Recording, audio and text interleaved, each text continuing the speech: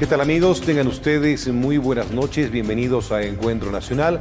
Como todos los fines de semana vamos a tener a panelistas de primera línea para conocer la realidad boliviana y lo que pasa más allá de nuestras fronteras.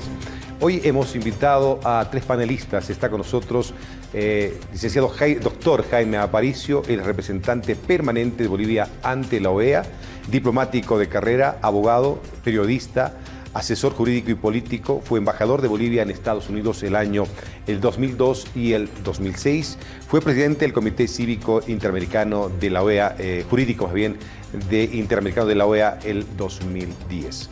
También se encuentra con nosotros el licenciado Jorge Dulón, analista político, magíster en gestión y política pública, titulado como administrador público, docente universitario, asesor político. Manuel Morales está también con nosotros, investigador, dirigente de El CONADI, con quien vamos a conversar. A nuestros panelistas, muy buenas noches, bienvenidos, un gusto tenerlos acá. Empiezo con el doctor Jaime Aparicio, representante permanente de Bolivia ante la OEA. Doctor Aparicio, es un gusto tenerlo acá y quiero en primera instancia preguntarle, ¿después de cuánto tiempo llega a este medio televisivo el canal de todos los bolivianos? Buenas noches, Gonzalo, un gusto de verdad estar en tu programa. Bueno, yo estoy regresando después de 15 años y seguro que mi última participación fue cuando estuve como viceministro de Relaciones Exteriores con ocasión de las cumbres de las Américas que se llevó a cabo en Santa Cruz, que fue el 1996, fines del 96. Doctor Aparicio, ¿cuánto ha cambiado la mirada del exterior hacia Bolivia? ¿Cómo se ve a Bolivia en estos últimos 2-3 meses? ¿Y cómo se veía a Bolivia en los últimos 14 años? Yo diría que hay varias etapas. Es indudable que en la primera etapa, cuando subió Evo Morales al poder, hubo un interés inusitado en Bolivia. Y él hizo una labor de relaciones públicas, digamos, en el exterior muy hábil. Él se presentó como un dirigente indígena, el primer indígena que llegaba a la presidencia, y en muchos países eso tuvo un gran apoyo, los medios, el famoso viaje a España con su chomparrayas, todo un manejo de símbolos bien hecho en un momento en que los aparatos de difusión de la izquierda, digamos, latinoamericana, estaban entrando en un gran apogeo. No nos olvidemos, ya estaba Chávez, luego vino Lula, entonces era, digamos, concuasaba esta habilidad de mostrarse como un indígena que llegaba a la presidencia con un aparato mediático muy favorable y un ambiente también favorable en Latinoamérica, y eso le permitió que haya Bolivia entre, que él se haga muy popular. Esa fue la primera etapa. Yo creo que eso se fue desgastando con el curso del tiempo. Su apoyo también se fue desgastando porque salió ya Lula, los Kirchner se fueron, y entramos en una etapa, yo diría, de decadencia, a la que también la gente le atribuye el haberse querido prorrogar más allá de lo que era lo lógico, lo justo y lo legal. Él trató de convertir un proceso que él llamaba de cambio en una típica dictadura caudillista, ¿no? Y yo creo que a partir de sus reelecciones, tanto internamente como externamente, se empezó a debilitar esa imagen. Y de ahí llegamos a los últimos 3 meses en los que, aunque hubo una narrativa de golpe de Estado, de violencia racista, la realidad, y que es lo que se está imponiendo, es que la gente se cansó de esta forma de hacer política, reelegirse, violar la Constitución, y actualmente en América Latina él ya no tenía ni sombra del prestigio que tuvo. El apoyo que tiene en 4 países latinoamericanos se debe fundamentalmente a razones ideológicas. Es una causa la que Argentina, defienden por Venezuela, encima, Nicaragua, y México, Cuba, México, y era Uruguay, que ahora es uno de los temas que va a cambiar. Pero ese era su apoyo, y la realidad es que el Grupo de Lima y América Latina se dieron cuenta de lo que sucedía, y por eso este nuevo cambio constitucional ha tenido el apoyo de esos países, y sobre todo ahora que hay una fecha para elección vamos a ver que se va a consolidar ese apoyo tanto en Europa como América Latina, porque este gobierno ya le queda una sola misión: llamar a elecciones, un tribunal electoral, un tribunal supremo electoral fiable y una elección transparente. Entonces, creo que la situación ha cambiado radicalmente y estamos para este gobierno internacionalmente en un buen momento, aunque hay mucho ataque, hay mucha desinformación que hay que seguir combatiendo. ¿A qué se refiere con los ataques? Hay toda una estructura que inicialmente fue montada, yo diría, hace 50 años por el gobierno de Cuba. El gobierno de Cuba tenía muchos problemas, el bloqueo económico, ellos hábilmente montaron una estructura apoyada en lo cultural. Si uno se acuerda, tenían la Casa de las Américas, se apoderaron del mundo cultural, y entonces ser intelectual y ser escritor y no ser de izquierda era casi imposible en los años posteriores a la Revolución Cubana. Y todo ese aparato, aunque se fue desgastando, estaba ahí, y lo tomó muy hábilmente también Lula, luego los Kirchner, y la cosa se volvió todo este foro de Sao Paulo, posteriormente lo que ahora llaman el Grupo de Puebla, y tienen una infraestructura, tienen financiamiento para llegar a universidades, medios de comunicación, incluyendo el New York Times, los grandes medios, The Guardian en Londres, y tienen todos estos operadores que generan narrativas que no tienen nada que ver con la verdad, pero que se imponen porque todo el mundo que no conoce Bolivia, por ejemplo, no sabe. Nadie sabía que hubieron 22 días de protesta pacífica, de rebelión, de resistencia de la gente, mujeres, niños, todos los bolivianos, una gesta heroica.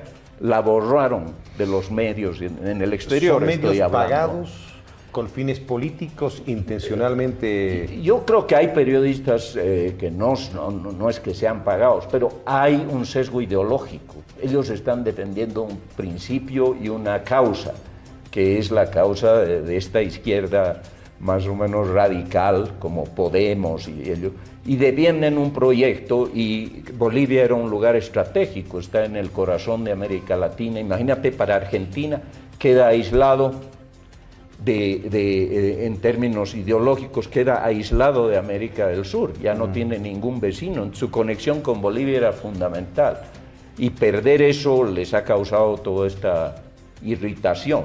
Entonces, esos medios serios se dejan convencer por estas ideas de que en Bolivia hubo violencia indígena, hubo un golpe, porque reciben la información a medias y la publican porque coincide con sus intereses ideológicos, sobre todo. Muy bien.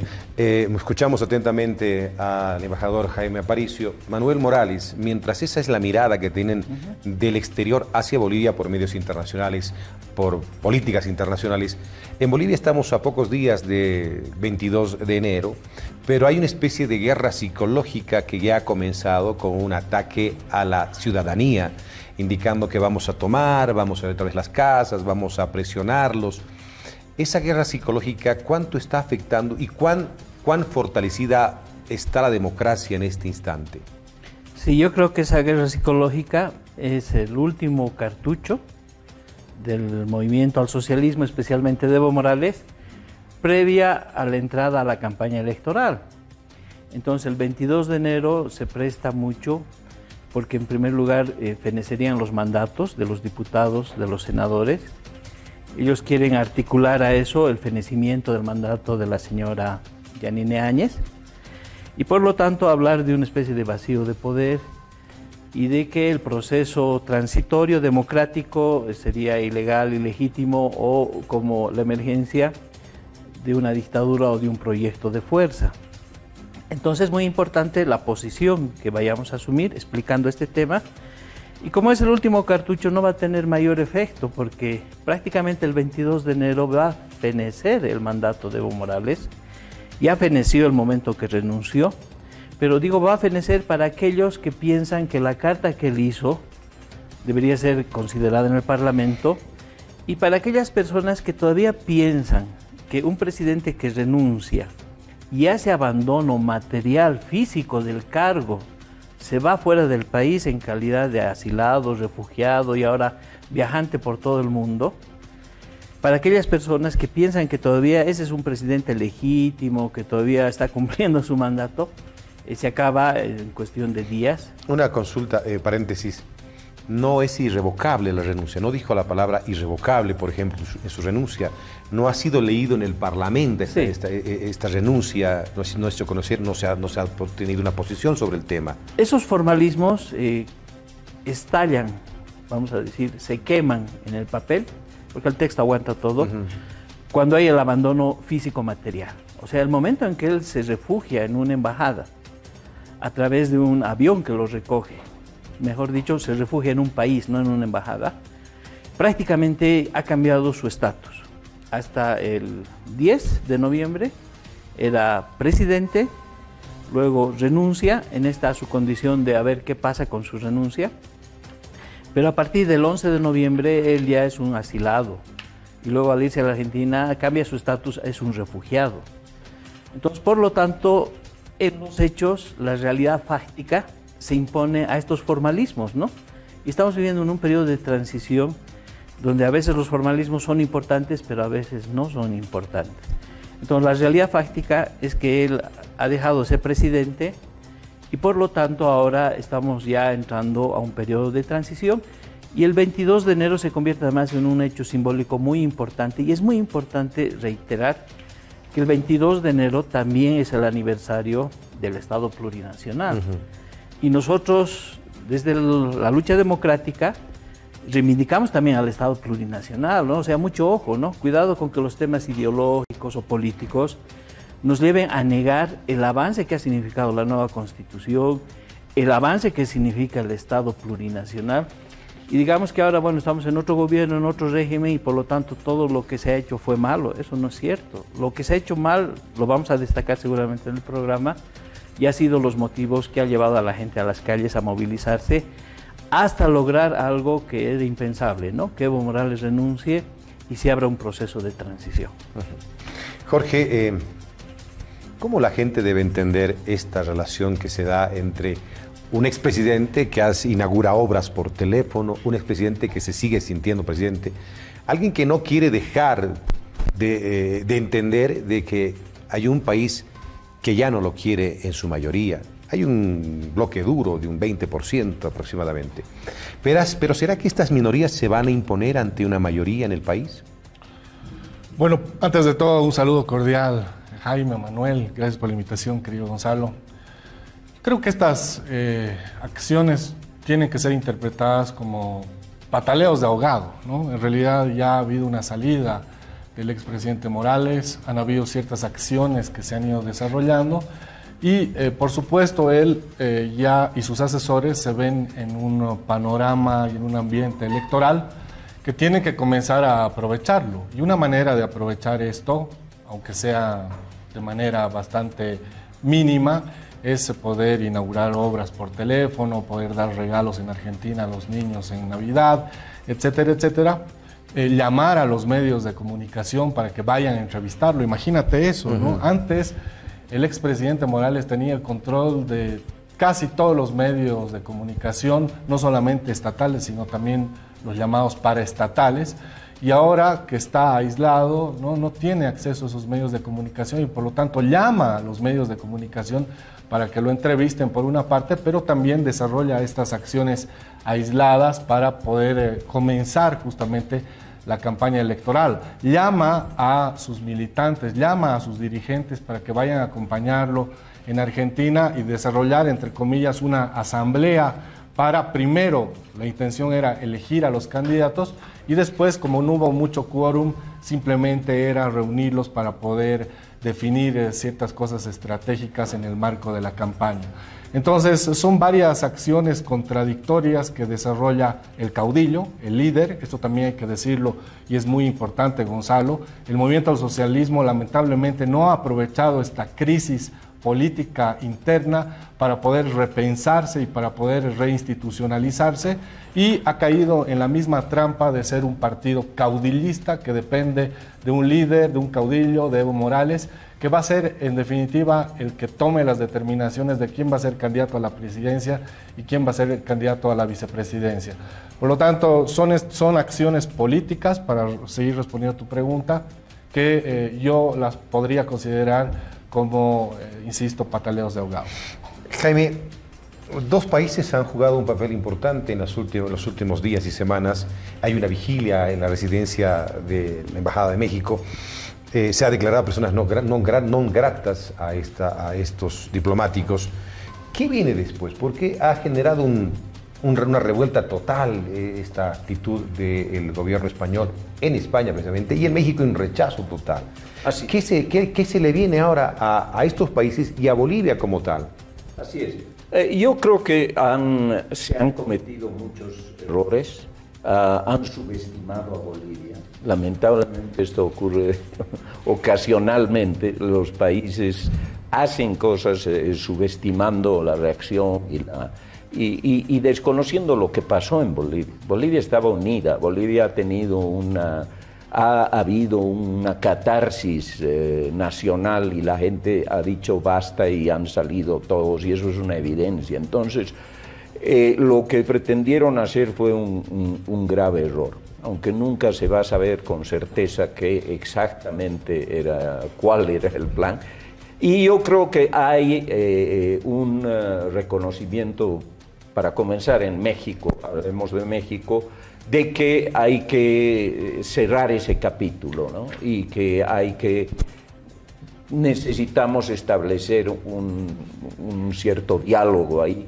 El gobierno de México y el gobierno de Bolivia son una cosa y otra cosa son las relaciones entre los pueblos de Bolivia y el pueblo de México. Esa es una cosa entrañable, con una historia muy grande y eso se va a mantener. Yo creo que no vamos a tener la mejor de las relaciones políticas porque México está tomando un sendero que completamente opuesto al nuestro, ¿no? Se está alejando el Grupo de Lima, está apoyando a Maduro y a Ortega y están teniendo muchas contradicciones porque por un lado dice que apoyan ahora a Maduro, pero por el principio de no intervención y la famosa doctrina Estrada. Pero por el otro lado nos juzgan, dicen que califican la calidad de presidente Evo Morales, todo eso. Entonces, con México va a haber, yo creo, un statu quo, se va a iniciar un diálogo, han mandado un diplomático de alto nivel, profesional, serio, a que sea, digamos, el interlocutor de Bolivia. Nosotros tenemos ya un funcionario, ha sido admitido.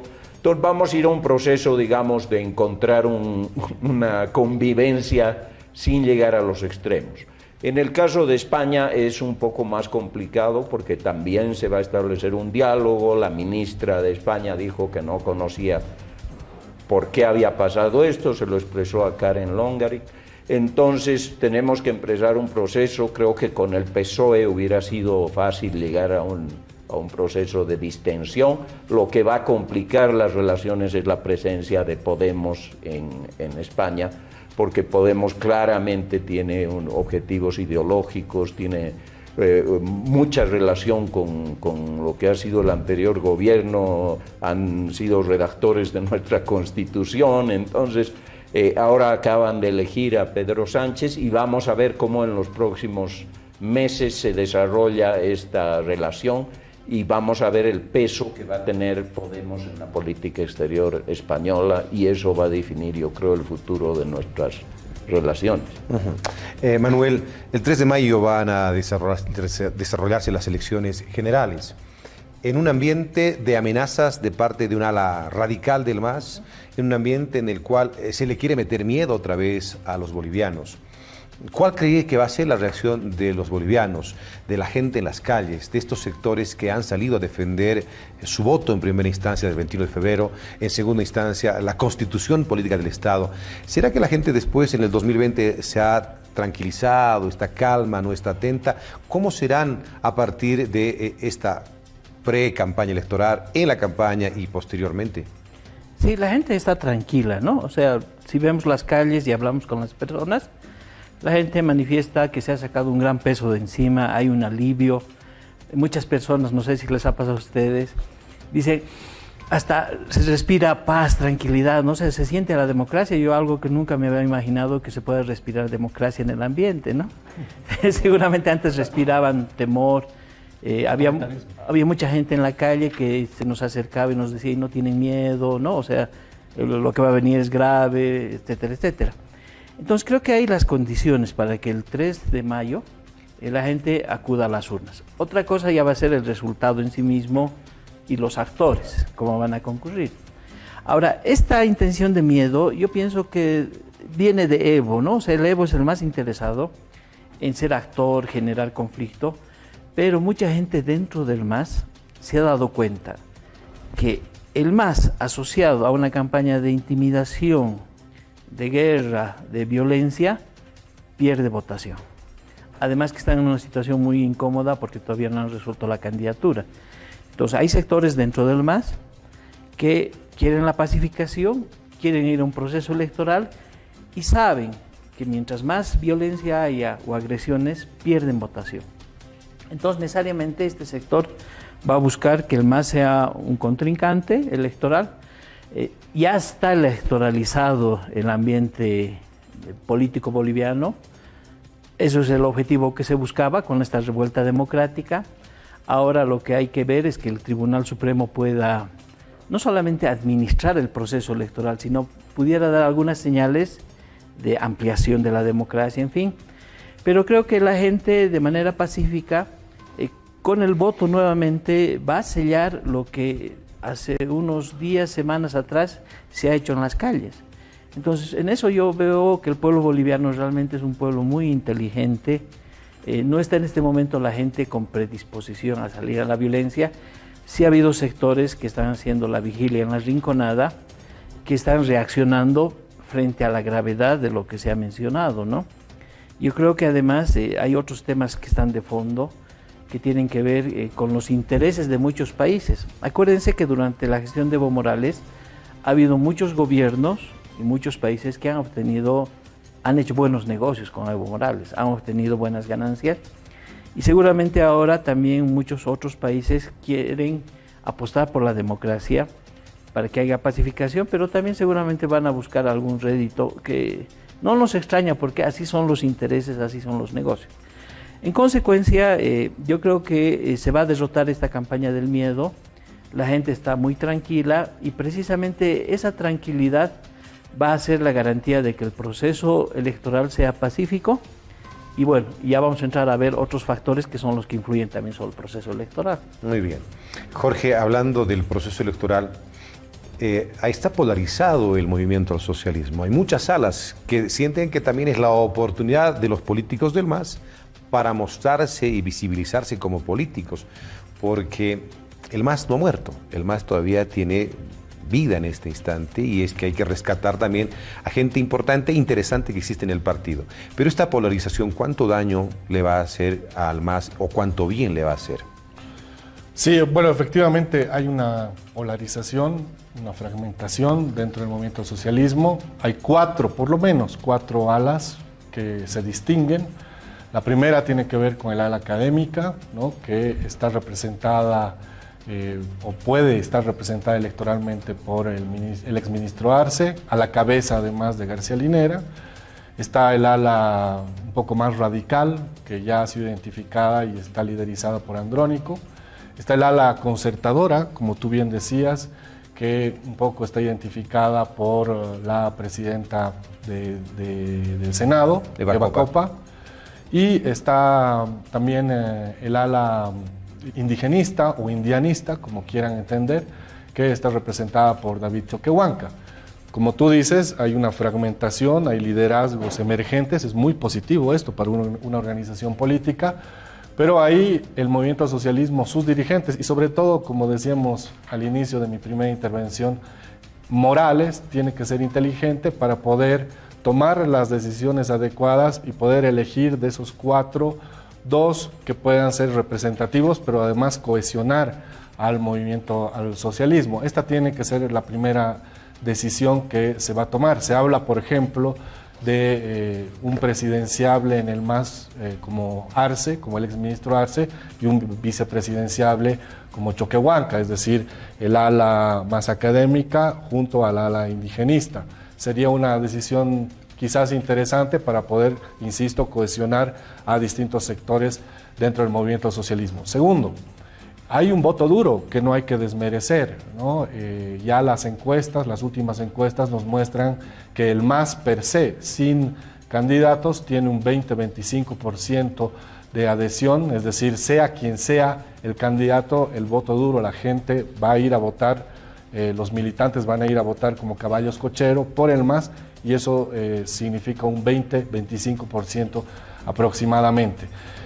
En la medida en que haya la inteligencia adecuada para poder definir los candidatos de manera acertada, este porcentaje puede subir significativamente y puede llegar a un 30-35% de manera fácil. Entonces, yo creo que tampoco hay que confiarse, no hay que desmerecer la fuerza política que tiene el MAS en temas electorales. Y por otra parte, yo creo que tampoco hay que pensar que todo está ya resuelto y que el MAS ha dejado de pensar en estrategias políticas para poder reivindicarse. Esta estrategia del temor es una de ellas, pero también se habla de la posibilidad de que Evo Morales estaría pensando en retornar al país para poder hacerse detener y de esa manera nuevamente causar una efervescencia política muy fuerte, haciendo que sus adherentes del Chapare, del Alto y de otros lugares salgan nuevamente a las calles para pedir que lo saquen de la cárcel y de esa manera él poderse reivindicar nuevamente como un líder importante. Entonces, estas estrategias no tienen que dejarse de lado en el marco justamente de una etapa tan importante en la que estamos, que es justamente la campaña política. Jaime Aparicio, embajador representante de Bolivia ante la OEA, es abogado, pero abogado que ha defendido también a expresidentes de Latinoamérica. Tengo entendido que Ecuador, si no me equivoco, ha estado trabajando con gente muy importante relacionada precisamente a estos temas. Yo quiero preguntarle a Jaime, en función precisamente de esa mirada jurídica, mucha gente en el país se pregunta, ¿cómo si el MAS ha hecho un fraude, ahora se lo habilita a este partido para que siga candidateando? O sea, ¿cómo se puede entender de que alguien ha hecho fraude y no pasa nada acá y que las cosas siguen igual? Seguimos en las mismas condiciones de antes, hemos mejorado algo. ¿Ese es el camino que se debería haber tomado o cuál es la mirada que tiene Jaime Aparicio? Bueno, yo creo que desde el punto de vista político y legal, de una combinación de estos temas con la que se tiene que tratar, me acuerdo en un editorial, el New York Times decía, porque los editoriales siempre han sido favorables, los artículos de opinión son los que atacan, pero decía una cosa interesante, es que a una situación irregular no se le pueden aplicar soluciones regulares o normales, porque lo que ha pasado en Bolivia ha sido descomunal e irregular, un fraude, violación de la Constitución. Entonces, yo creo que, por ejemplo, en este caso el razonamiento ha sido que, bueno, quien ha hecho el fraude ha sido el señor Evo Morales y su gobierno, y que han encontrado con cierta razón política, que quitarle al MAS su sigla podría alimentar toda esta narrativa que hay acá y en el exterior de que se los está excluyendo, ¿no?, del proceso electoral, y que es por tanto una cuestión con un profundo contenido racista. Entonces creo que con algún buen criterio lo que se ha dicho está bien, que participen. Hay que purgar a quienes han cometido crímenes electorales o delitos electorales, que son los que o han fugado o están asilados, etcétera, y que el partido se recomponga y entremos a un proceso electoral inclusivo. Eso tiene hacia el exterior, y como dijo don Manuel con mucha precisión, hay que rescatar las cosas buenas que ha tenido el régimen anterior, no como ellos pretender que estamos fundando el país y que todo lo que había en el pasado ha sido malo, sino rescatar esas cosas, y que el futuro de Bolivia tiene que ser una elección incluyente, que participen todos. Y creo que combinando esos criterios legales y políticos estamos entrando a una situación razonable. Manuel, si eso hubiese ocurrido con la oposición, ¿cómo hubiese actuado el MAS? Ah, no, el MAS. Olvídate. Les hubiera quitado la personería. Lo que pasó en el Beni Claro. con los demócratas fue un caso concreto. Yo quería complementar una cosita más, ¿no? Es evidente que ha habido una decisión política, ¿no? Quitarle la personería hubiera sido el mejor pretexto para que Evo Morales diga, ahí está, ¿no? Ahí está, ¿no? Nos quieren ver fuera, me están negando mis derechos políticos, al MAS y a toda la gente que ha votado por esa opción. Pero hay algunos detalles que no debemos perder de vista. En primer lugar, el Tribunal Supremo Electoral, hasta el día de hoy, no ha hecho un análisis y una evaluación del fraude. No tenemos un informe técnico, ¿no?, que nos permita oficialmente, desde el órgano electoral, que nos digan con precisión, en primer lugar, si ha habido fraude o no. Porque en el informe de la OEA y en el informe de la Unión Europea se habla de irregularidades. Y dolo. Sí, pero no se animan estructuralmente a decir ha habido fraude. Es más, parecería que la palabra fraude estuviera vetada en el lenguaje electoral y en la normativa electoral. Nos va a decir enseguida el embajador sobre eso. No se encuentra la palabra fraude porque es demasiado grave, ¿no? Porque el fraude implica una acción estructural, además de vulneración del voto popular. Entonces, en primer lugar, el Tribunal Supremo nos debería dar un informe sobre las elecciones del 2020. Evidentemente han sido anuladas, pero han sido anuladas a través de un pacto, de una ley de convocatoria de nuevas elecciones. El órgano electoral nos debe todavía una explicación sobre el fraude y qué ha pasado en las elecciones del 2020, del 20 de octubre. Perdón, del 20 de octubre del 2019.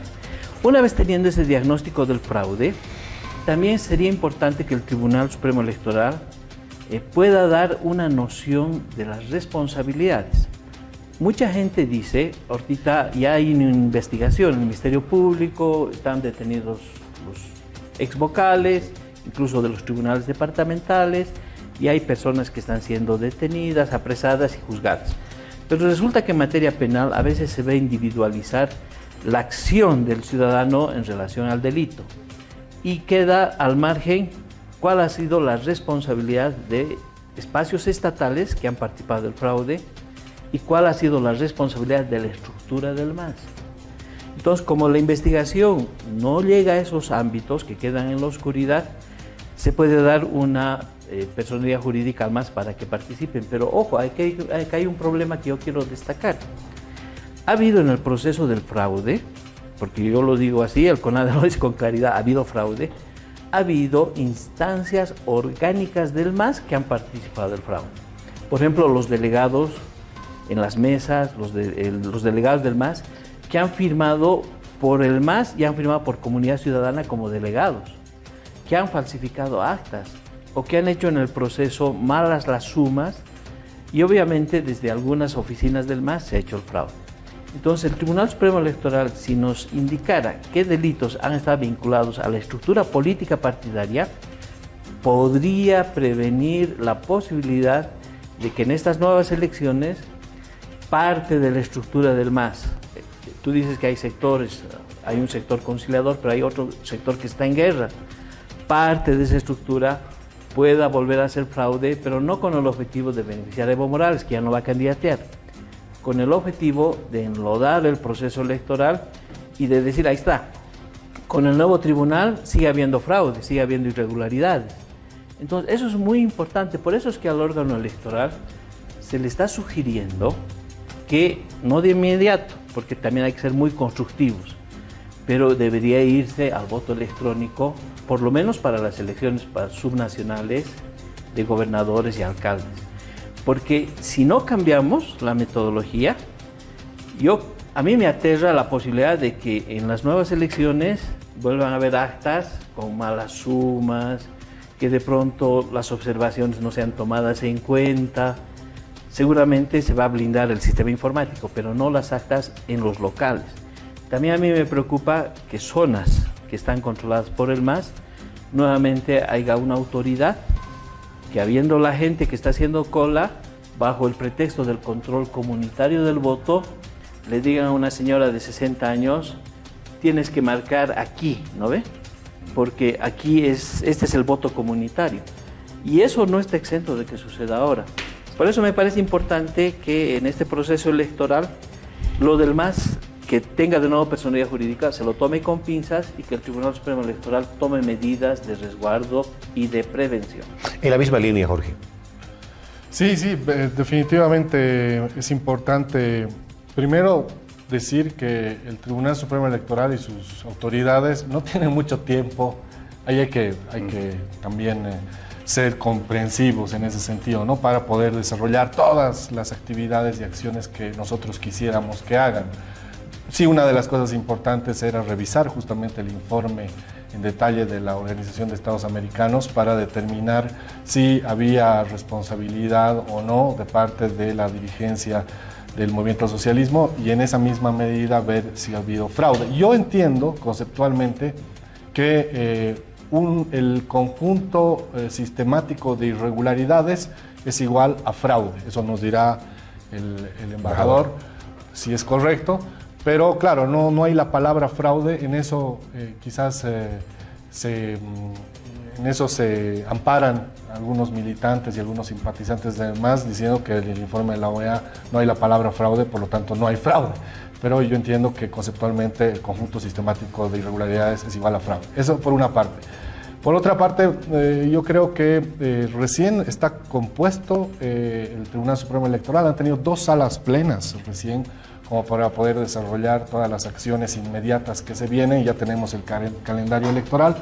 Por lo tanto, se espera que sistemáticamente las autoridades, los vocales, las nuevas autoridades del Tribunal Supremo Electoral puedan ir desarrollando responsablemente este conjunto de actividades que han diseñado para cumplir el principal de los objetivos, que tiene que ver con llamar a elecciones, desarrollar las elecciones de manera transparente y en definitiva en junio o cuando corresponda poder obtener nuevas autoridades en el país. Jaime, usted está ahora para darnos su palabra. ¿Por qué no lleva la palabra fraude en el informe de la OEA? Ese es un tema muy interesante porque hay ciertos estándares internacionales respecto a la observación. Las misiones de observación no tienen funciones jurisdiccionales. Entonces, ellos lo que hacen es demuestran en un informe qué es lo que ha sucedido. Y sus informes tienen repercusiones muy grandes. Tal vez la de Bolivia ha sido una, junto a la de Fujimori, con Toledo, fueron las más grandes que ha tenido la OEA. No usan la palabra fraude porque esa palabra, y acá viene lo que dijo Manuel, que a mí me parece muy interesante, yo estoy aprendiendo mucho de Jorge y Manuel, de verdad, es que eso le compete al Tribunal Supremo Electoral. Decir, hemos recibido los informes en Unión Europea, hay independientes, todo, hemos evaluado, acá ha habido un fraude electoral, pero las misiones nunca te van a decir eso.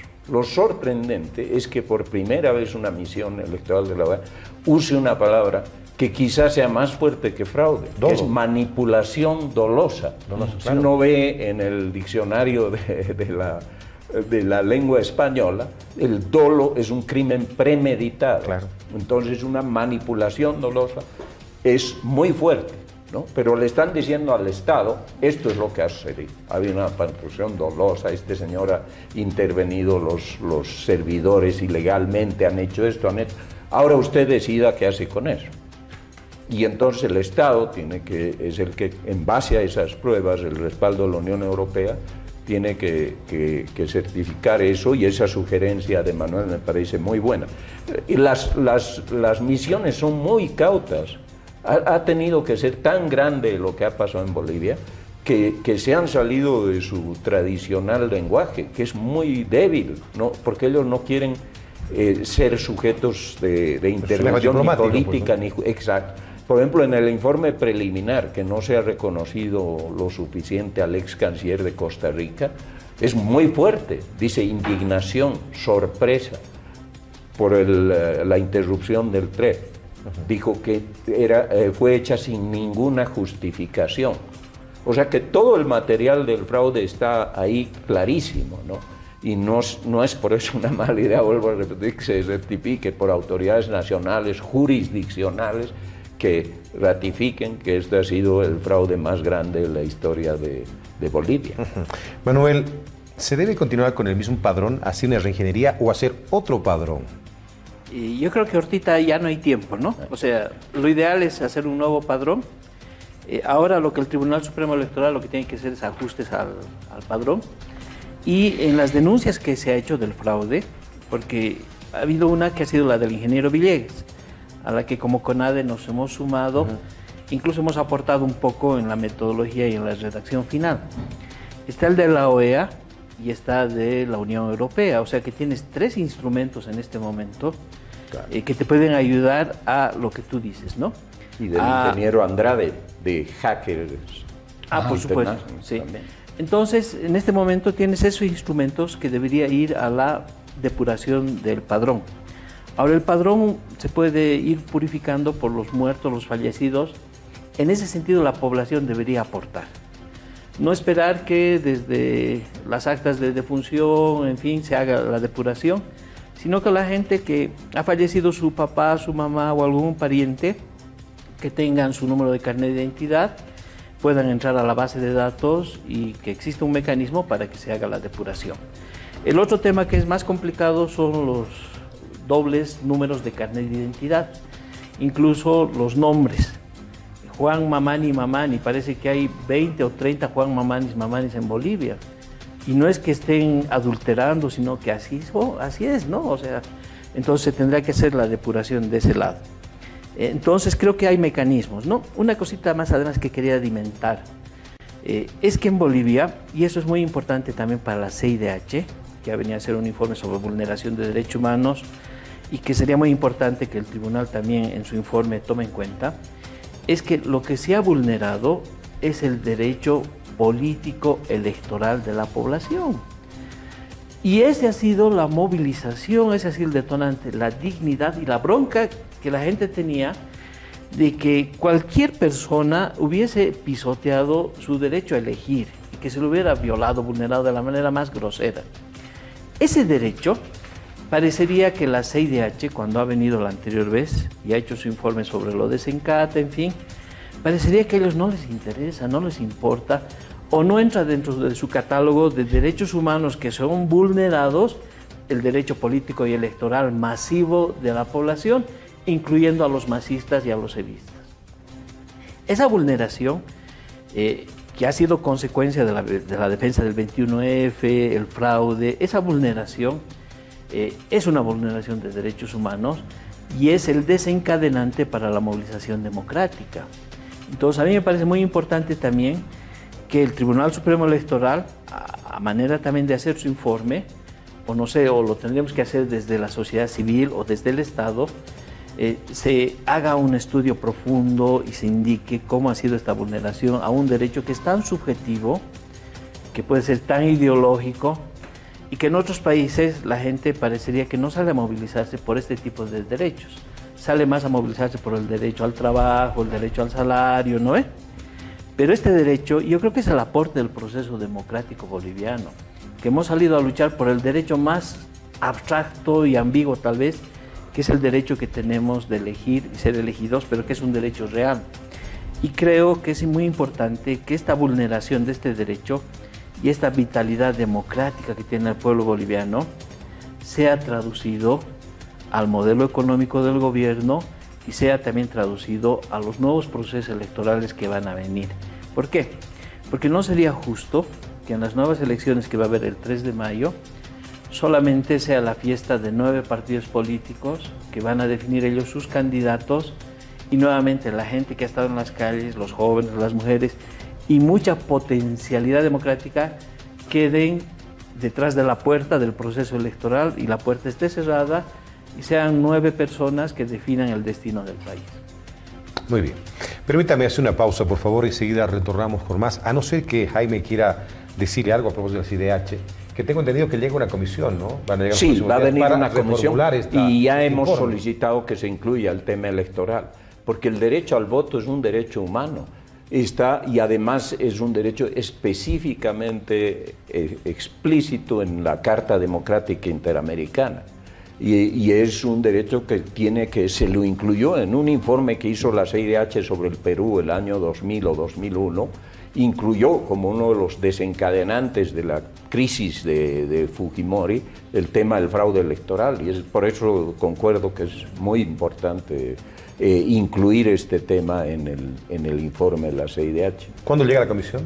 Hay dos. Una comisión va a llegar muy pronto, que es la comisión que va a investigar los hechos de violencia, y que por razones que algún momento se aclararán muy lamentables, el informe preliminar, además de prejuzgar lo que pasó en Bolivia, porque ya habla de masacre y al principio dice debería hacerse una investigación. Tú no dices debería hacerse una investigación y líneas abajo dices esto es lo que ha pasado, porque claro, recibió la información de la defensora del pueblo. Pero esa es una misión y va a venir muy pronto, no tenemos la fecha exacta. Y hay otra que sí, ya sabemos que va a ser el segundo semestre de este año, que es la invitación al Pleno de la Comisión Interamericana de Derechos Humanos. Los 7 miembros vienen, visitan el país, y eso es importante porque se hace después de 15 años. Nunca aceptó Evo Morales una visita in loco de la comisión, y porque ellos sí van a investigar y van a escuchar y van a ver lo que ha pasado en los últimos 14 años. Más otras cosas, situación de la mujer, sistema carcelario, todos los temas que tienen que hacer con la situación general de derechos humanos, ¿no? Entonces esa visita va a ser muy importante. Muy bien. Jorge, antes de la pausa, ¿tiene algo que apuntar sobre lo que acaba de escuchar? Respecto a lo que decía Manuel, ¿no? Yo creo que hay que aprovechar las normas que tenemos, y hay una norma fundamental que establece en general los mecanismos para poder desarrollar la participación y el control social en Bolivia. Antes era más específico, pero ahora está generalizado. Deberíamos aprovechar esta coyuntura, la participación de la gente en las calles, la revolución de las pititas, para poder retomar justamente este concepto de participación y control social, no solamente en el tema electoral, sino también en el tema del quehacer del Estado, ¿no? Y de la cosa pública, rescatando algo que a mí me parece fundamental, que es este concepto de corresponsabilidad entre el Estado y la sociedad. En la medida en que yo como ciudadano no haga absolutamente nada para mejorar el quehacer de la cosa pública, no va a pasar absolutamente nada. Ya lo hemos demostrado con la revolución de las pititas, con la gente en las calles y sacando a un mandatario que quería eternizarse en el poder. Ahora hay que replicar eso en otros aspectos. Muy bien, permítame una pausa, por favor.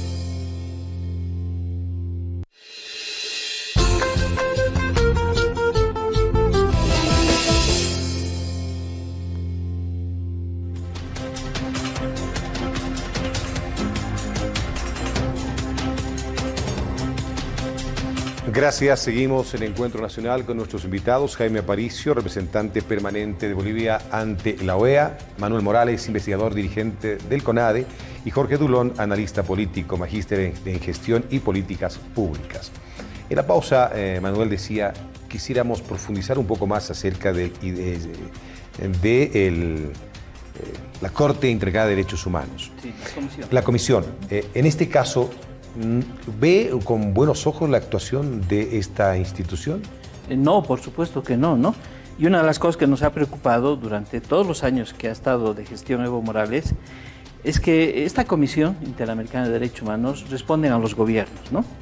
Entonces han sido puestos por los gobiernos, y se hablaba al principio del programa que Evo Morales hemos ido descubriendo que no solamente tenía fuerza dentro del país, sino también afuera, porque son parte de todo un bloque.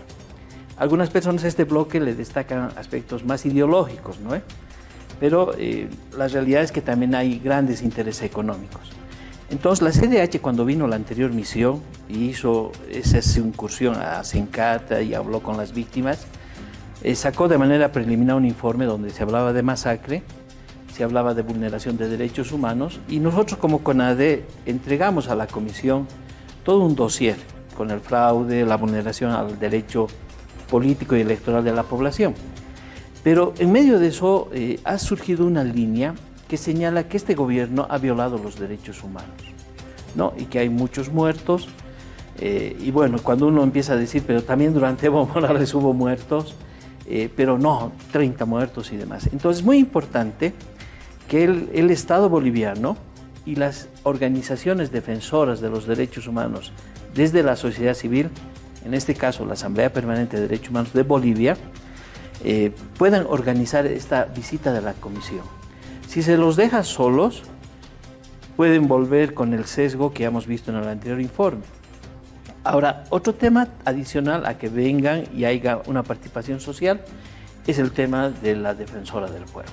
Realmente, como CONADE, hemos manifestado nuestra enorme indisposición ante la actual defensora, que continúa lo que Tesanos hizo, pero además con un agravante, y es que probablemente, si es que hay prórroga del Parlamento, quiere el MAS elegir, aprovechando sus 2/3, a una nueva defensor o defensora del pueblo, lo que para nosotros sería muy grave. ¿Por qué? Porque va a alimentar esta cadena de denuncias que quiere hacer el MAS de que continúa la violación de derechos humanos, pero además es muy importante que se cambie la ley de la Defensoría del Pueblo previa a la elección del nuevo defensor. Y sería mucho más saludable que ese nuevo defensor o defensora sea electa en la siguiente legislatura, donde va a haber una composición realmente democrática y real. Ya en un rodillo, digamos.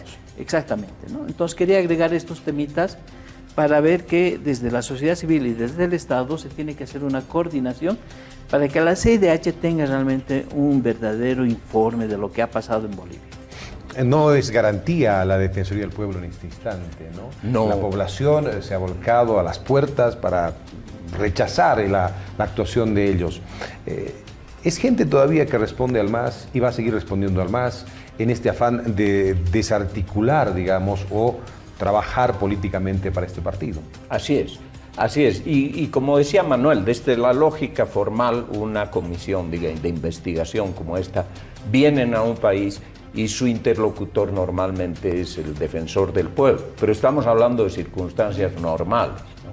Que ellos las han tomado, y yo creo ahí no ha habido completa buena fe de venir. Los bolivianos sabemos que la Asamblea Permanente de Derechos Humanos es el ente independiente y prestigioso que ha cumplido su meta de defender los derechos humanos en Bolivia. La Defensoría del Pueblo, como las fiscalías, como los juzgados, han sido un instrumento político del MAS. Y esa ha sido la desinstitucionalización que ha habido Bolivia, ha sido una tragedia. Han liquidado las instituciones, incluida la Defensoría del Pueblo. Eso ha sido montado, a mi juicio, por el ministro Arce. Ellos en los últimos días pidieron una misión de la OEA. Cuando hubo el cambio, esa misión ya vino, pero vino bastante predispuesta a defender ciertas posturas que son más que nada ideológicas. La prueba es que empiezan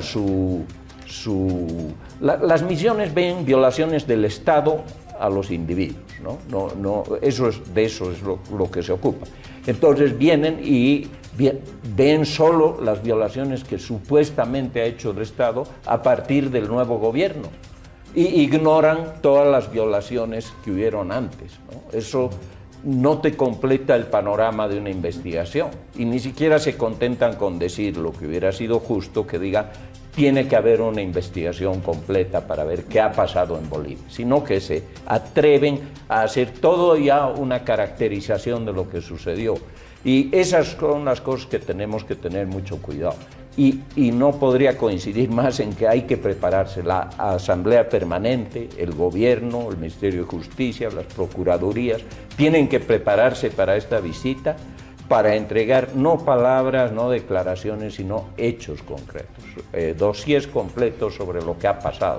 Y la misión y Bolivia tienen que tener expertos en balística, en forenses, etc. Ya no hay más palabras que hacer, hay que demostrar en hechos para que pase eso, que se aclare este tema y se lo aclare como hemos pedido desde septiembre a diciembre que ha pasado en Bolivia. Esos 4 muertos están completamente ignorados en el informe. El fraude electoral, no hay mínima mención al fraude electoral. Entonces, yo creo que a partir de ahora tenemos que ser vigilantes. Tenemos un problema adicional. Los comisionados, porque la comisión tiene 2 áreas. Los comisionados, que son 7, elegidos por los países, y la Secretaría de Derechos Humanos. Son los funcionarios permanentes, pertenecen a la OEA y son. Y luego hay consultores que contratan para cosas muy específicas. Los comisionados, Bolivia ha tenido mucha mala suerte con los comisionados, porque los comisionados se dedican a ir a 1, 2 o 3 países. En el caso de Bolivia, primero estuvo como relator para Bolivia durante casi 8 a 10 años del MAS, el señor Banucci. ¿Quién era el señor Banucci? Un abogado amigo personal de Lula. Es más, cuando Lula fue a Washington, hizo lobby para que lo elijan al señor Banucci en la Asamblea General. El señor Banucci era un agente político, no era un hombre que fallaba en derecho, que interpretaba la convención, era un agente político ideológico. ¿Qué ha hecho? Ha archivado todos los casos de Bolivia. Ustedes vean, investiguen, no hay un solo caso de Bolivia. Cuando lo del Tipnis, ¿qué ha pasado? Han sacado un comunicado de prensa después de que ya había pasado toda la represión, estaban tratando de entrar a la Plaza Murillo y en ese momento sacan un pequeño comunicado y que a raíz de eso los dejaron entrar a la plaza, si se acuerdan ustedes. Al señor Cusi, su caso, sí, jamás. Bueno, todos esos casos se archivaron. ¿Qué pasó? Que se fue este señor Banucci y aparece el comisionado peruano. Y el comisionado peruano también viene con una agenda política y es el que revisa estos documentos, el que ve quiénes van a ir a la misión. O sea, hemos tenido mucha mala suerte. Este señor se va, felizmente, y esperemos que a partir del cambio los países tomen conciencia que necesitamos juristas. Sí, la misión de observación es aplicar la Convención Americana de Derechos Humanos. No puede ser que hagan medidas cautelares como volantes. A partir del cambio de gobierno han salido ya 3 o 4 medidas cautelares, después de 15 años que no han sacado años y han sacado, nunca han sacado. Porque la defensora del pueblo se ha pedido para ella, ha pedido para las otras, los familiares de Arce, todos, muchos ni siquiera están perseguidos y ahora tienen medidas cautelares. Entonces eso tiene que cambiar y tenemos que dar una batalla, pero respaldando el sistema. El sistema de derechos humanos es una gran cosa, es la gran defensa que tienen los latinoamericanos frente a los abusos de poder, pero es una batalla, ¿no?, que hay que dar para que falle en derecho, aplique la convención y no esté ideológicamente motivada. Hablaba Manuel hace un momento acerca de un aparato internacional que está trabajando para que Morales vuelva al poder, vuelva a Bolivia y pueda estar en este país. Y en Bolivia hay operadores internos políticamente que también están trabajando, ¿no?, en función de ello. Esta semana hemos visto en las noticias que una mano derecha de Quintana estaba llevando $100.000 a la Argentina para financiar, para movilizar a la gente. Mientras eso ocurre, ¿qué está haciendo la oposición? ¿Cómo está trabajando? ¿Cómo está articulando? Porque de pronto hay sectores en la población que dicen, nos sentimos solos porque no hay quien nos represente. Sí, efectivamente, hay una confusión conceptual, ¿no, Gonzalo? Es la oposición al MAS. Bueno, la oposición al MAS, sí. Que justamente está dedicada ahora al inicio del proceso electoral, ¿no? No se ha dedicado mucho a pensar o a ver qué es lo que puede pasar con relación a estas estrategias que mencionábamos desde los dirigentes, desde los estrategas del MAS que están acá, que están en el exterior, que quizás están digitando la posibilidad de que Evo Morales vuelva o tal vez digitar otro tipo de acciones con relación a lo que tú decías, ¿no?, de meter un poco de miedo y demás, ¿no? La oposición ahora además tiene varias tareas fundamentales de cara a este escenario electoral que la población ya se lo ha pedido, ¿no? Por una parte, se pide o se habla mucho del tema de la unidad de la oposición para poder enfrentar estas elecciones, ¿no? Entonces, está ocupada en eso, por una parte. Por otra parte, ya se han definido algunos liderazgos grandes, estratégicos, ¿no? Está por una parte, están los cívicos, ¿no?, con Camacho y Pumari, está Carlos Mesa con Comunidad Ciudadana, que ahora tienen el desafío de poder mostrar al resto de la oposición al MAS que están abiertos a poder recibir posibilidades de alianzas, ¿no? Se habla de frentes amplios. Por una parte, yo no creo que haya ninguna posibilidad de hacer un solo frente amplio, porque no hay coincidencias ideológicas y coincidencias de visión de país únicas, ¿no? Se dice que, por ejemplo, los cívicos tienen una visión de las cosas un poquito más relacionadas con el empresariado, con la centro derecha, y se habla de que Carlos Mesa y Comunidad Ciudadana está más relacionado con una visión de país de centro izquierda, centro, ¿no? Entonces, esto a partir de la revisión de los planes programáticos e insisto, de las visiones de países, no son coincidentes y por lo tanto la gente tiene que entender que es casi imposible tener un solo frente opositor al MAS que pueda terciar en las elecciones.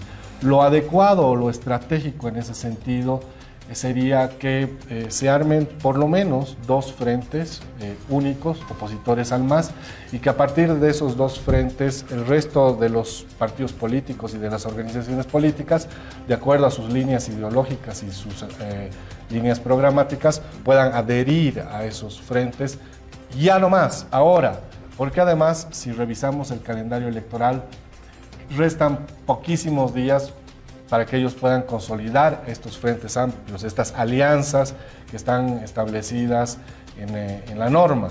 Si no lo hacen, hay un riesgo muy importante que se puede dar en el sentido de que vaya Camacho, vaya Comunidad Ciudadana y vayan el resto de las alternativas y organizaciones políticas también a la carrera electoral, con el segundo riesgo de poder justamente hacer que la votación se reparta entre este conjunto de organizaciones políticas, ¿no? Y tener a un movimiento al socialismo con una votación muy fuerte, ¿no?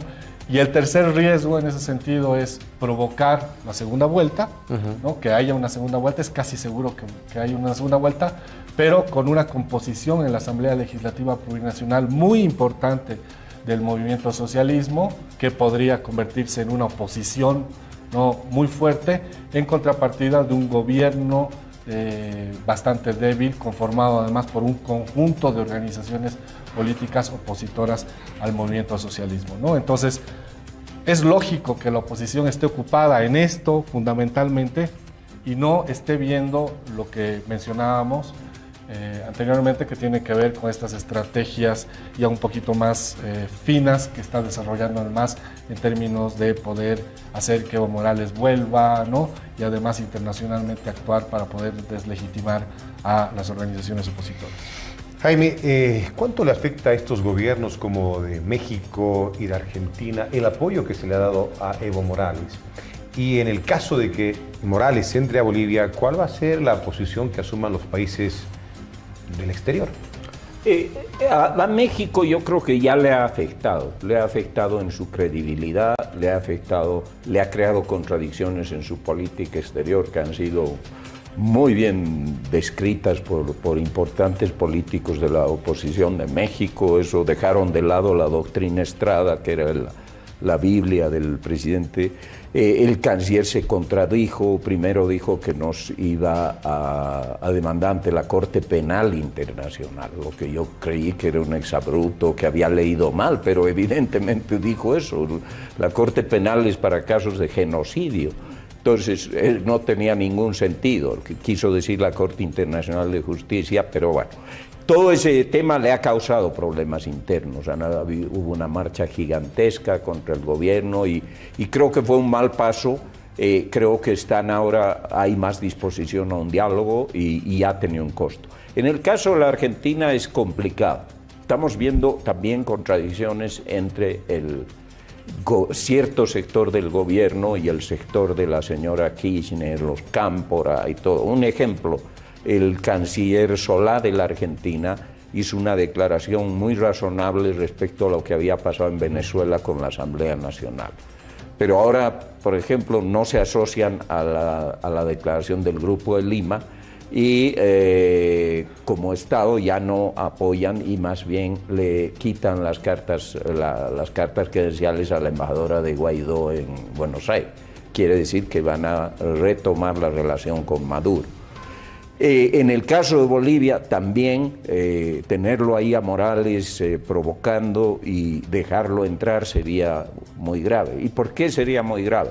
Porque si hacen una cosa como esa, o permiten o la facilitan, esto definitivamente les va a perjudicar en el problema número uno que tiene la Argentina, que es su tema económico, fiscal, refinanciamiento de su deuda. Ya lo dijo Trump, además, ¿no? Así es.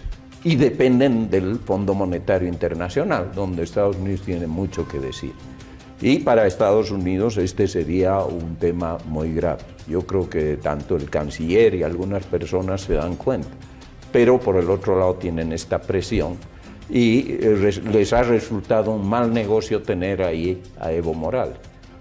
Porque lo que nada bueno les va a traer, si se viene a Bolivia o se queda allá, va a ser una situación conflictiva con los Estados Unidos, con algunos países europeos, y yo creo que Bolivia ha demostrado, muy pocas veces en nuestra historia de política exterior hemos demostrado dignidad primero, segundo fortaleza, se ha hecho lo que se tenía que hacer con estos funcionarios que violaron las reglas de juego. Y tercero, porque nosotros estamos en mejor posición, estamos yendo a elecciones, estamos recuperando la democracia, y ellos han dado pasos muy falsos, tratando de desestabilizar Bolivia. Y yo creo que son ellos los que están en problemas. Manuel, Evo Morales ha jugado durante 14 años y el gobierno del MAS, los que estaban en el poder, a victimizarse. Y en esta victimización siguen en el mismo juego, ¿no? Porque la idea es victimizarse, decir no me dejan entrar y que generar una imagen internacional de víctima, decir es un presidente o un expresidente que no le permiten ingresar al país. ¿Dónde están los pros y contras de que llegue al país y sea detenido? Ya, en primer lugar es cierto, ¿no? Él se victimiza mucho, pero ahora en México, en la Argentina, van a ir descubriendo una nueva faceta de Evo Morales, es que es medio quencha. Hay que traducir porque nos ven internacionalmente. ¿Qué significa quencha? Dieta, dice. Dieta, mala suerte. Hable de mal agüero. Mal agüero, donde va, genera primero admiración, aprecio o atención de la población, pero luego empiezan a ver que trae toda una serie de problemas. Entonces, por lo tanto, ya en México hubo una reacción, incomodó al gobierno mexicano, ahora está en la Argentina, está viajando a Chile, donde también está generando incomodidad, porque es parte de la estrategia, es parte de la estrategia de victimización a nivel internacional. Ahora bien, ¿en qué momento Evo vuelve, no? Yo creo que Evo va a pensarla muy bien, ¿no? Antes de volver.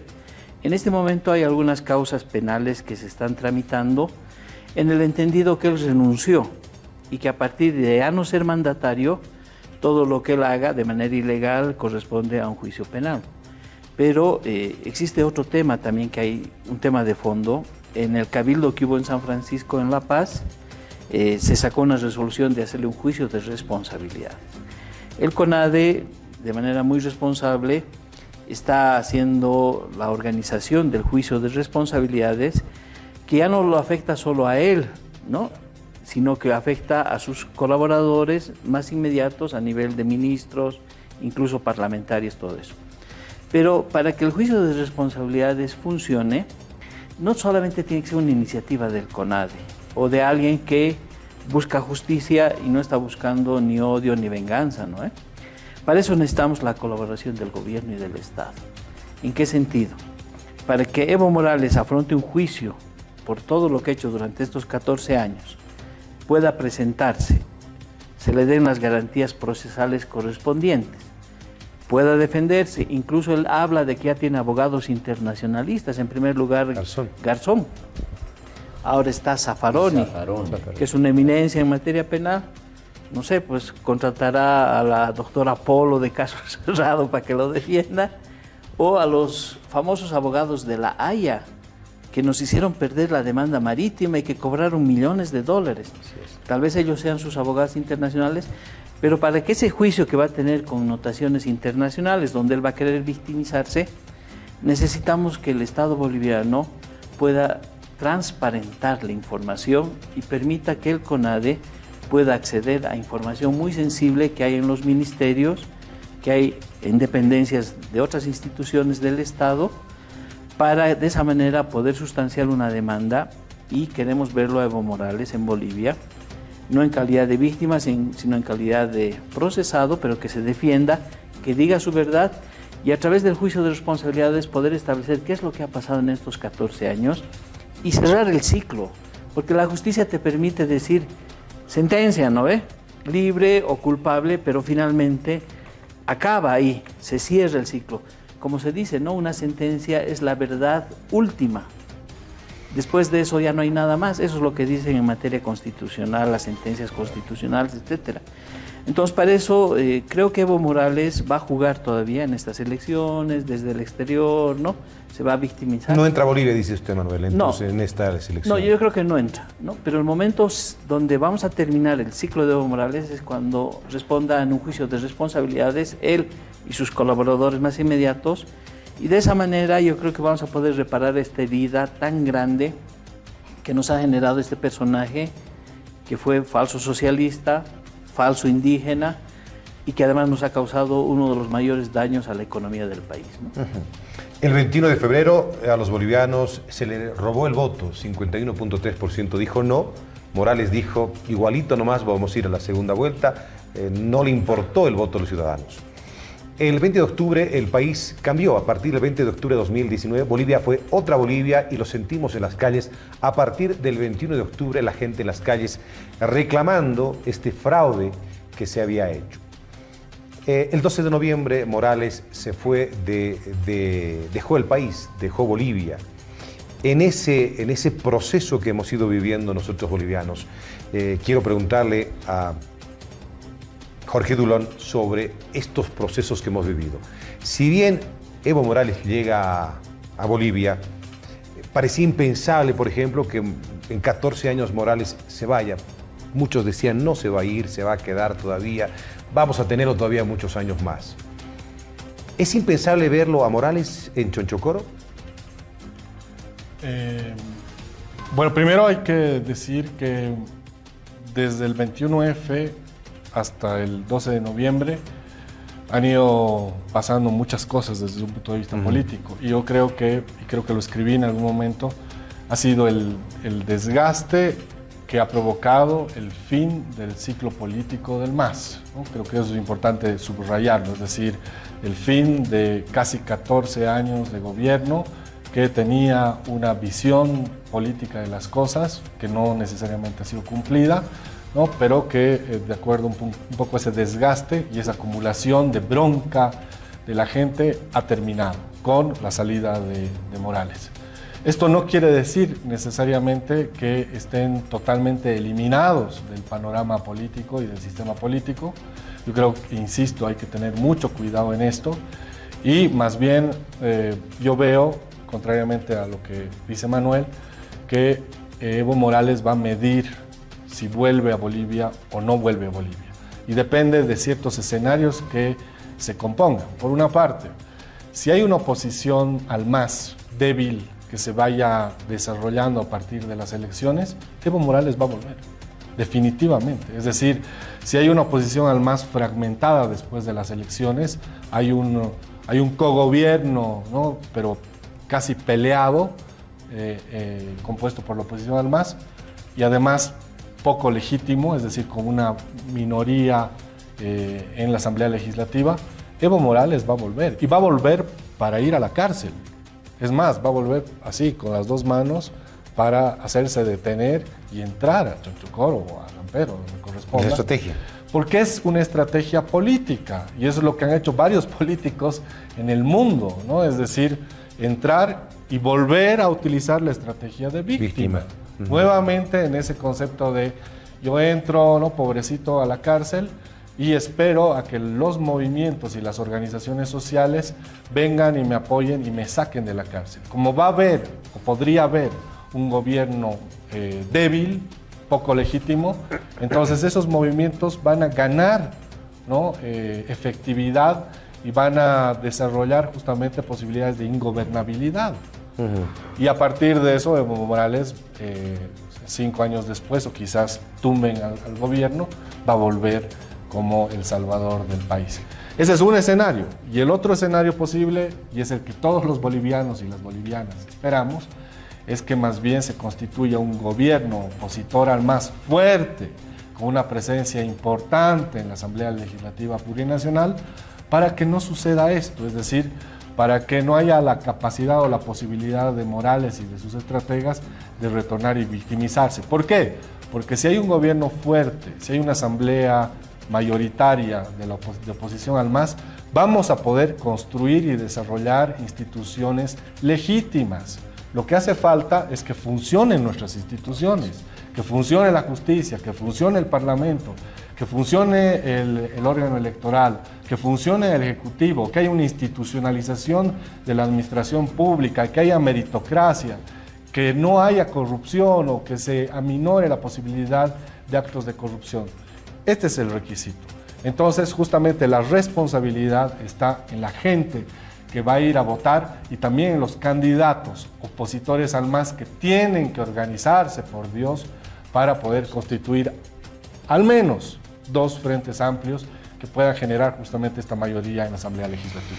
Gracias, Jorge. Embajador, ¿es lógico pensar que una minoría, 20-25%, por miedo maneje el país?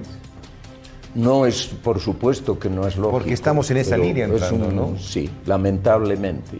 Pero también concuerdo con Jorge que tiene que haber una reacción. O sea, no podemos solo culparlos a ellos y tenemos que madurar como bolivianos, ver que esta experiencia ha sido traumática para el país y que tenemos que reaccionar. Ojalá los políticos reaccionen, ojalá se actúe como está actuando este gobierno y espero que siga actuando institucionalmente y lleguemos a un momento en que esto sea un episodio del pasado y tengamos, y ahí concuerdo con vos, lo único que va a evitar esto es instituciones fuertes y legítimas, ¿no?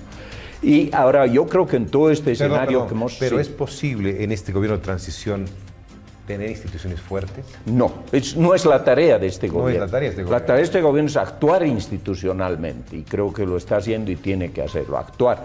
Pero esto es lo que va a venir, ¿no? Y estamos condenados a que ahora tengan, quienes tienen, como tú dices, 20%, ahora tienen 2/3.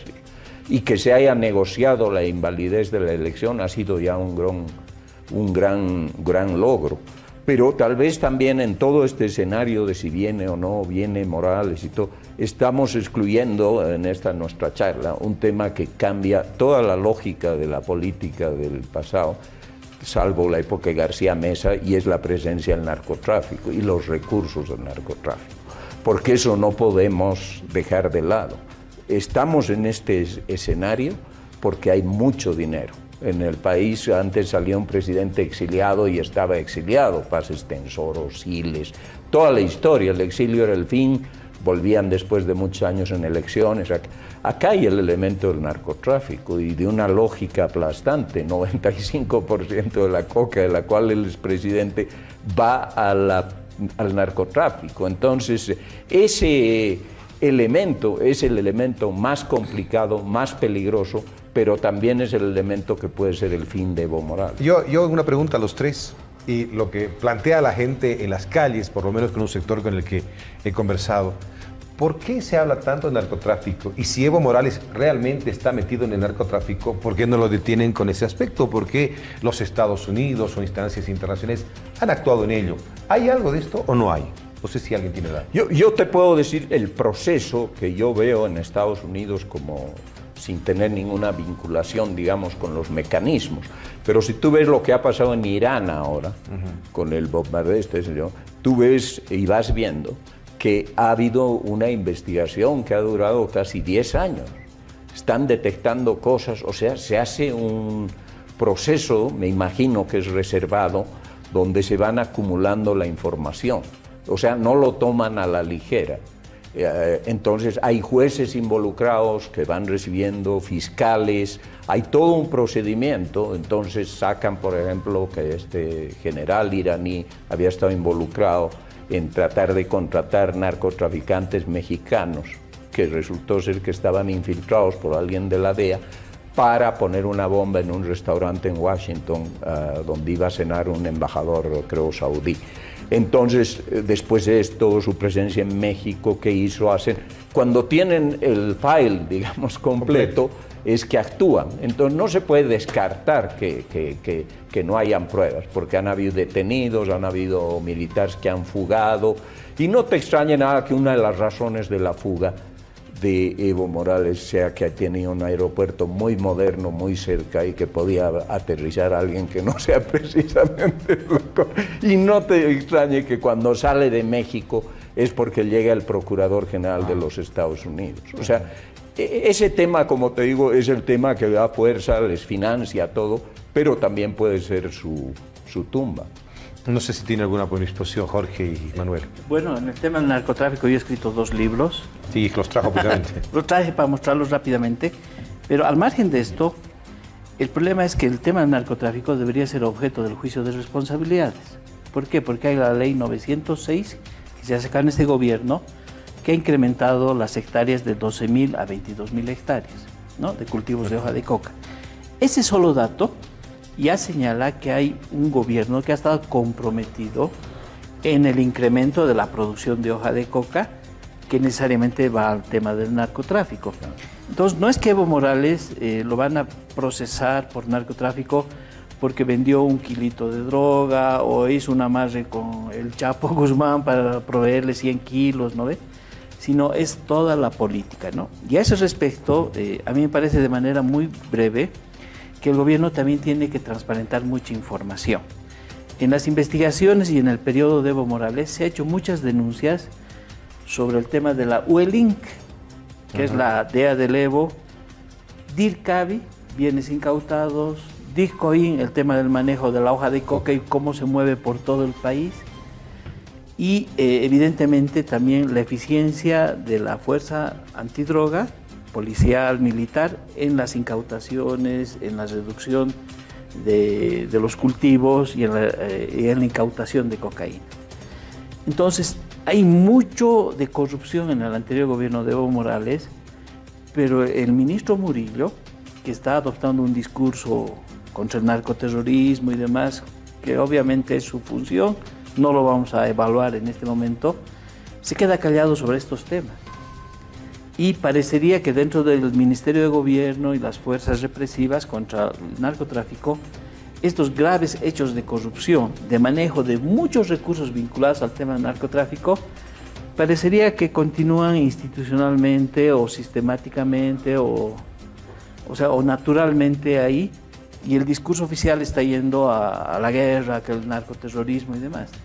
Sería importante que el senador Murillo, que es uno de los que ha denunciado el tema de los radares, que en la gestión de Evo Morales se compró o se adelantó dineros a los franceses y que nunca se instalaron, sería interesante que diga cuál es el estado y si el actual gobierno va a continuar y van a venir los radares para colocarlos en la frontera con Paraguay, donde las avionetas con cocaína del Chapare, que del Beni salen hacia Paraguay, dejen pues de hacer ese ciclo. El tema de la DEA, ¿no? Bolivia no exporta cocaína a Estados Unidos, entonces no hay necesidad de que venga la DEA con todo su aparataje, pero sí sería interesante que se haga un acuerdo con el Brasil, con la Argentina, con Chile y con Paraguay, crear una DEA regional, no sé, ¿no? Eso ya depende del gobierno, ¿no? Para realmente hacer una campaña efectiva. Y en ese proceso vamos a ver con mucha transparencia cómo el régimen de Evo Morales ha estado involucrado en el tema del narcotráfico, pero no en esa relación de yo te vendo, que le han sacado una foto con alguna gente infiltrado, ¿no? Sino de una política de Estado que se ha hecho de fomentar el narcotráfico porque es parte del colchón económico de la economía del país. Jorge, no sé si tiene una posición sobre el tema. Hay muchísimo que hablar, ¿no?, de este tema, pero yo me quedaría en algo un poquito más general. Tú decías, ¿por qué no se sanciona a la gente responsable en estos temas? Y yo creo que también tiene que ver, por una parte, con la desinstitucionalización que estamos viviendo, ¿no? El Estado no funciona porque no hay instituciones sólidas, ya lo hemos dicho. Pero también es importante mencionar el hecho de que estamos poco a poco forjándonos en una sociedad de antivalores, ¿no? Y sobre todo en estos últimos 14 años. Ha crecido o hemos crecido en una sociedad donde hay grupos que están vinculados al narcotráfico, grupos vinculados al contrabando, grupos vinculados a la corrupción. Y las generaciones que están forjándose en esa línea están viendo que es bastante fácil pues, desarrollarse, ¿no? Con el dinero fácil y demás. Entonces tiene que haber un cambio muy fuerte, radical, un cambio de chip para poder retornar justamente a la institucionalidad, ya lo decíamos, pero también a la formación en valores en la sociedad. Y no es un discurso, ¿no?, religioso ni paternalista. No, para nada. Es una cosa mucho más profunda que tiene que ver con el respeto de la norma, del Estado de Derecho y poder respetarnos entre nosotros cumpliendo estas cosas que son tan importantes. Muy bien. Permítame una pausa, por favor. Enseguida ya queríamos hablar en el siguiente bloque acerca de la herencia del MAS que ha dejado Evo Morales en Bolivia. Han ido adelantando. En el siguiente bloque vamos a seguir profundizando y hablando de la institucionalidad del país. Pausa y ya retornamos.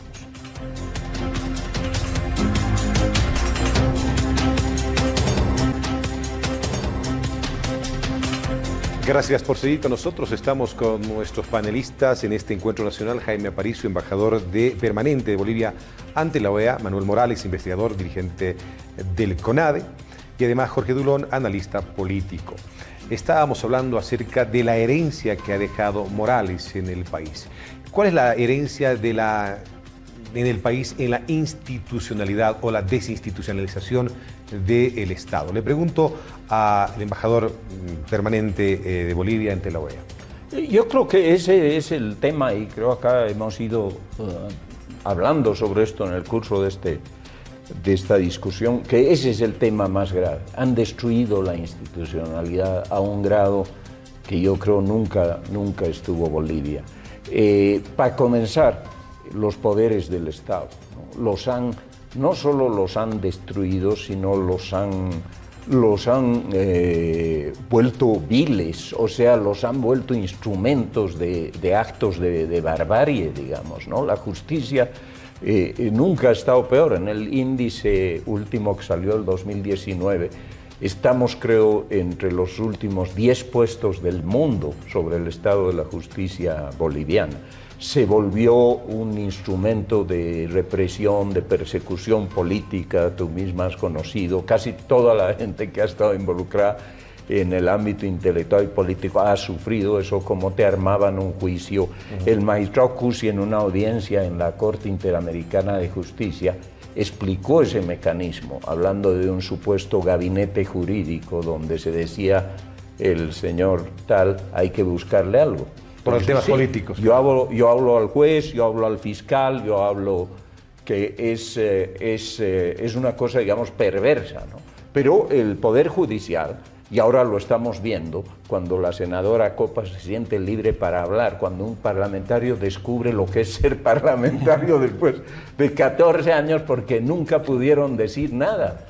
Desde la Constitución escrita por los españoles hasta el día que cayó, eran instrucciones que les llegaban a jueces, a fiscales, a parlamentarios, nadie tenía libertad. Y eso ha ido degradando todo, ¿no? El servicio exterior, acabaron con la carrera diplomática. Todos políticos, la mayoría políticos. Todo se volvió político, todo se volvió ideológico, todo el sistema de salud pública lo destrozaron, trajeron los médicos cubanos, 720, 200 eran médicos, había de todo, había gente de inteligencia, choferes, cocineras, todas las cosas, todos cobraban. Sabes, hay un juicio ahora contra la Organización Panamericana de la Salud de médicos cubanos por esclavitud laboral, porque ayudaron a hacer este negocio de que recibían 5% acá, 5% si regresaban y el 90% iba para... Entonces, todo esto Pero es en toda Latinoamérica donde estaban los cubanos. En Brasil ocurrió Brasil, eso, ¿no? Bueno, pero en Brasil ya era un monto multimillonario, estamos hablando de billones de dólares, y fue un negocio, ¿no?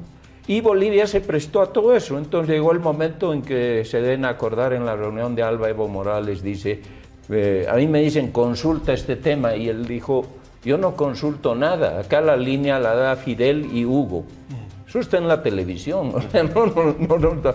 Y es ese tipo de política, esa forma de gobernar acabó con las instituciones. Estamos ahora en un Estado que si Bolivia no se recupera vamos a perder todo sentido, digamos, de Estado y de convivencia entre ciudadanos. Los trámites. Para justificar la corrupción, este gobierno ha creado más trámites y más reglamentos y más dificultades en la administración pública que ningún otro en el pasado. Y no es para controlar, es para justamente propiciar la corrupción. Entonces creo que tanta corrupción, tanta desinstitucionalización ha dejado un país que quiere una recuperación institucional como meta prioritaria en los próximos años. Desde la Cancillería, ¿cómo ve usted el trabajo que se está encaminando en torno a la institucionalidad? Yo espero que ahora estamos, digamos, tomando medidas de emergencia porque hay que responder a situaciones de emergencia, ¿no? Yo creo que esta es una tarea del próximo gobierno, pero fundamental. Restablecer la academia diplomática, restablecer la carrera, traer profesionales, porque Bolivia tiene profesionales excelentes, toda esa juventud que está estudiando, que están queriendo cambiar el país, que han salido con las pititas, recuperar a esa gente y crear un servicio de verdad. Que Bolivia tenga presencia, use su ubicación geográfica y sobre todo sirva para defendernos nuestra democracia y nuestra libertad. Manuel, ¿qué otra herencia puede apuntar en lo que ha dejado el MAS? Yo creo que lo que sobre todo Morales, en el tema de la desinstitucionalización es clave. Yo quiero señalar que el gobierno ha caído de Evo Morales porque ha habido durante los 14 años una resistencia democrática, ¿no? Que ha empezado a oponerse a lo que hacía el gobierno en cuanto a la vulneración de la institucionalidad, y el meollo para mí siempre ha sido el tema económico. Es decir, ha habido investigadores, Amalia Pando, tú mismo Gonzalo, a través de tus programas, que han empezado a descubrir que el gobierno vulneraba, por ejemplo, las normas de contratación, ¿no? ¿Y por qué lo hacía? Porque era prioritario dar a través de contratos de llave en mano tales inversiones, que las lanchas, las barcazas chinas, que tal mega obra. Y malas, además, mal construidas. Malas, pero además a través de esta resistencia democrática de los investigadores, las investigadoras, que son parte esencial del pueblo, de ese tejido del pueblo, es que se ha empezado a denunciar que el principal vulnerador de la institucionalidad democrática, de su propia constitución y de la normativa, era el propio gobierno. Pero ¿cuál era el motivo para la desinstitucionalización? Para no respetar las normas de contratación, todo eso, era el tema de la corrupción. Porque todo esto pasaba por megaproyectos, mega inversiones, no interesaba el resultado final, el tema era hacer, mostrar, luego se caía la obra o no servía para nada, pero la desinstitucionalización ha llevado al propio MAS a vulnerar su propia normativa, y este ha sido uno de los factores que se ha convertido en la lucha del pueblo boliviano junto a la vulneración de derechos humanos, la vulneración del 21F, la vulneración de la Constitución. Es lo que todo eso ha armado y ha permitido que muchos sectores salgamos a defender la institucionalidad, aunque no seamos parte del Estado, aunque la institucionalidad no nos haya gustado durante mucho tiempo y más estábamos apegados a los movimientos sociales, a los pueblos indígenas o al tema académico, nos ha llevado a denunciar que el principal vulnerador de la institucionalidad ha sido Evo Morales, ha sido su gobierno, y que la lucha desde las calles era y sigue siendo reconstruir la institucionalidad democrática, económica. ¿Por qué? Porque eso nos permite que las reglas sean claras para todos y que en esto todo el mundo cumpla la norma, y la norma, bueno, es lo que se ha peleado también a través de la nueva Constitución, ¿no? Jorge, ¿cuánto se tardaría en recuperar esta institucionalidad en 14 años? Tardaría bastante, es un proceso largo, ¿no? No es una cosa que se tenga que cambiar de la noche a la mañana. El tema justamente de la independencia de poderes, recomponer la independencia de poderes va a tomar un tiempo, ¿no? Poder desarrollar justamente conceptos de valores en la administración pública, poder profesionalizar la administración pública, desarrollar otros conceptos de meritocracia. Esas cosas no se las pueden hacer lamentablemente de la noche a la mañana, porque tienes que trabajar mucho en tema de valores, reitero, ¿no? Y ahí hay que trabajar con los servidores públicos, hacer formación, hacer capacitación, tratar de desarrollar sistemas de incentivos dentro de la gestión pública, poder generar espacios de formación para la administración pública. No tenemos, lamentablemente, una escuela de gestión pública, una universidad que se dedique específicamente a la gestión pública. En los países desarrollados como Francia, Japón, hay escuelas de gestión pública que están especializadas para que el estudiante ingrese, se especialice, salga de la universidad y entre a desarrollar una carrera en la función pública. Y esa carrera no se para por ningún motivo, a menos que haya un acto irregular. Entonces ahí el Estado se asegura de que hayan o estén las mejores y los mejores para poder servir al público. Este es un concepto fundamental que hay que irlo pensando justamente a partir no de este gobierno, porque este gobierno es un gobierno transitorio que tiene cosas específicas que hacer, pero sí del próximo gobierno. Por otra parte, es importante que la gente comience a tener la sensación de que hay efectividad en la sanción, que no hay impunidad. Es decir, que los casos de corrupción, más de 100 casos de corrupción probados del movimiento al socialismo, tengan sanción, es decir, que los responsables puedan ir a la cárcel o por lo menos puedan cumplir una pena específica en esos casos específicos. Ahí la gente se va a sentir contenta porque va a ir viendo que su Estado está funcionando, que las cosas se están haciendo efectivamente. Hay que ir desarrollando cambios en la salud, en la educación, hay que reformar todas estas instituciones que tampoco lamentablemente han funcionado, ¿no? Se había hablado un poco de poder hacer que el nuevo Estado plurinacional también desarrolle nuevos conceptos de salud y de educación. Eso no ha habido. El tema de la descolonización, el tema de la justicia plural, el tema de la economía plural no han funcionado. Entonces hay que repensar todo eso para reinstitucionalizar algo que lamentablemente en vez de avanzar ha retrocedido en términos de concepto de Estado. Y esto, y con esto termino porque es importante, Gonzalo, tiene una lógica, y esta lógica está dentro de la mente del ex vicepresidente García Linera. Él decía, la democracia liberal no funciona, por lo tanto nosotros no vamos a ir en esa línea.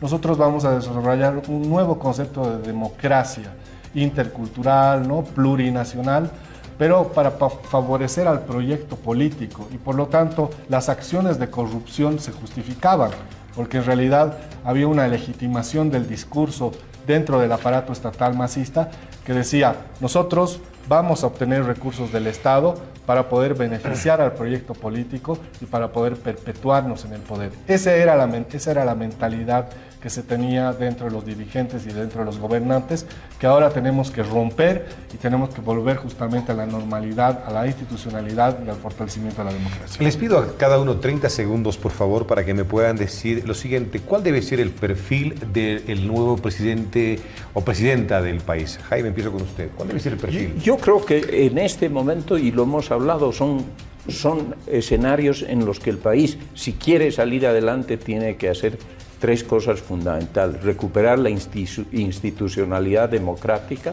y luego crear una sociedad de oportunidades, pero no a través de los bonos o los regalos, sino a través de darle a la gente oportunidades. Eso tiene que ver con educación, tiene que ver con salud y con el respeto a la dignidad de las personas. Y el tercer elemento fundamental es liberar las energías de toda esta juventud que no puede pretender vivir solo del Estado, sino que creen sus empresas, que cree una sociedad que no sea ahogada en su creatividad, en su energía por una cuestión de impuestos absurda que puso el MAS para liquidar precisamente al sector privado, sino que puedan desarrollar. En todo el mundo se está dando esto, los startups, que son empresas pequeñas que tienen servicios, que dan empleo a gente y que se multiplican. Bolivia tiene artesanías, tiene exportaciones, agricultura, turismo sostenible.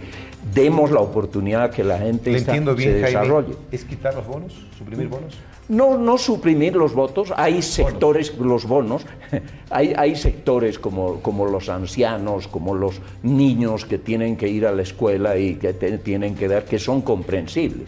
pero no utilizar el bono como demagogia, no el bono para fines de perpetuar la dependencia, sino para ayudar a los sectores más vulnerables, ¿no? Este gobierno nos ha engañado en una forma, el de Evo Morales, tan inaudita, de declarar seguro social, seguro médico obligatorio gratuito, ¿no? Con un decreto, sin poner un centavo. Esa es la demagogia más grande que no podemos repetir, ¿no? Tenemos que tener una sociedad de oportunidades. Manuel, ¿cuál debe ser el perfil del nuevo presidente?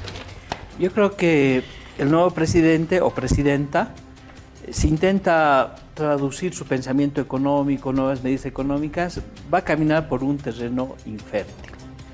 Para mí, lo más importante es que el nuevo presidente debería responder a esa resistencia democrática, a esa desobediencia civil que estuvo en las calles y a esa necesidad de ampliar la democracia. Si el nuevo presidente cumple con las reivindicaciones, aspiraciones de estos 3 momentos que el pueblo movilizado ha tenido como virtud, va a ser un excelente gobierno.